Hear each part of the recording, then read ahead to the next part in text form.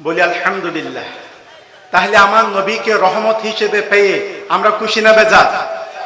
যারা যার দিলে নবীর ইশক, নবীর মুহাব্বত, নবীর তাআল্লুক রয়েছে, নবীর আগমন তার জন্য খুশি। আর যারা নবীর আগমনে খুশি তারাই মুমিন। সুবহানাল্লাহ।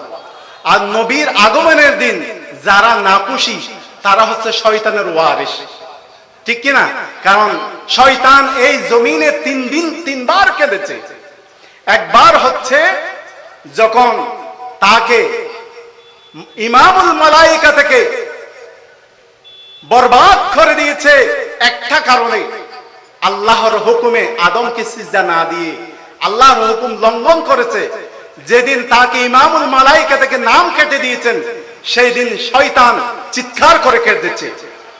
শয়তান আরেকবার চিৎকার করে কেঁদেছে যেদিন 12ই রবিউল আউয়াল সোমবার সুবহে সাদিক আল্লাহর হাবিব এই জমিনে তাশরীফ এনেছেন, ওই দিন শয়তান চিৎকার করে কেঁদেছে। শয়তান তৃতীয়বার কেঁদেছে যেদিন পবিত্র কুরআনুল কারীমের একটি সূরা, যে সূরাকে উম্মুল কুরআন বলা হয়, সূরাতুল ফাতিহা, যেদিন নাজিল হয়েছে সেই দিন শয়তান চিৎকার করে কেঁদেছে। বলি নাউজুবিল্লাহ।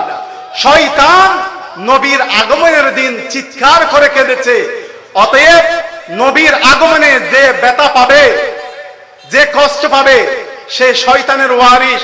আর নবীর আগমনে রহমত হিসেবে নবীকে পেয়ে যিনি খুশি হবে, যে নবীর আগমনে আপনার জাহিলিয়াত দূর হয়ে গেছে, শিরিক বেদাত দূর হয়ে গেছে, নবীর আগমনে আমরা ইসলামকে দ্বীন হিসেবে পেয়েছি, কোরআনকে আমাদের সংবিধান হিসেবে পেয়েছি, নবীকে আমাদের মানব জাতির জন্য, কুল কায়নাতের জন্য আমাদের মুক্তির দিশারি হিসেবে পেয়েছি। ওই নবীকে পেয়ে যারা খুশি তারাই মুমিন, তারাই বলি আল্লাহু আকবার। আরো জোরে বলি আল্লাহু আকবার। আল্লাহ পাক পবিত্র কোরআনের সূরা ইউনূসের ৫৮ নং আয়াতের মধ্যে বলতেছেন, কুল বিফাদলিল্লাহি ওয়া বিরহমাতিহি ফাবিযালিকা ফালইফরাহু। সুবহানাল্লাহ। হাবিব, আপনি আপনার উম্মতদেরকে বলে দেন, কুল বিফাদলিল্লাহি ওয়া বিরহমাতিহি। রাইসুল মুফাসসিরিন হযরত আব্দুল্লাহ ইবনে আব্বাস রাদিয়াল্লাহু তাআলা সহ অসংখ্য মুফাসসির সূরা ইউনূসের ৫৮ নং এই আয়াতের তাফসীরে বিফদল, ফদল মানে বলেছেন কোরআনুল কারীম। সুবহানাল্লাহ। ওয়া বিরহমাতি, অর্থাৎ আই রাহমাতাল লিল আলামিন। এখানে তাফসীরে কাশাফ, তাফসীরে বাইজাবি, তাফসীরে বাগজাবি এবং তাফসীরে জালালাইন সহ যত কিতাবের পৃষ্ঠা আপনি উল্টাবেন, সূরা ইউনূসের ৫৮ নং আয়াতের তাফসীরে কুল বিফাদলিল্লাহি ওয়া বিরহমাতিহি ফাবিযালিকা ফালইফরাহু, এখানে ফালইফরাহুতে আল্লাহ পাক আমরের সিগা ব্যবহার করেছে, নির্দেশ সূচক ব্যবহার করেছে। যারা কোরআন এবং আমার নবী রহমত হিসেবে পেয়েছো, ফালইফরাহু, তোমরা খুশি হয়ে যাও। সুবহানাল্লাহ। কোরআনকে পেয়ে খুশি না বেজার? নবীকে পেয়ে খুশি না বেজার?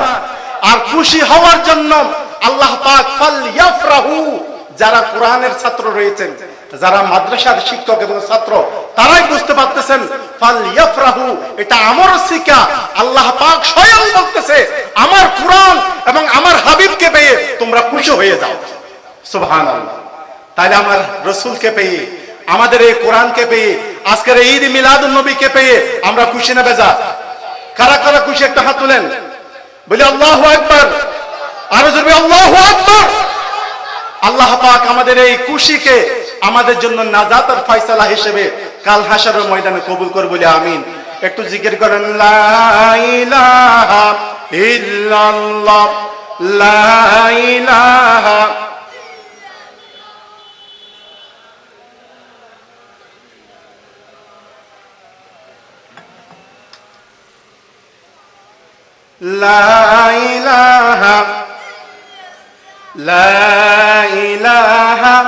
ইল্লাল্লাহু মুহাম্মাদুর রাসূল।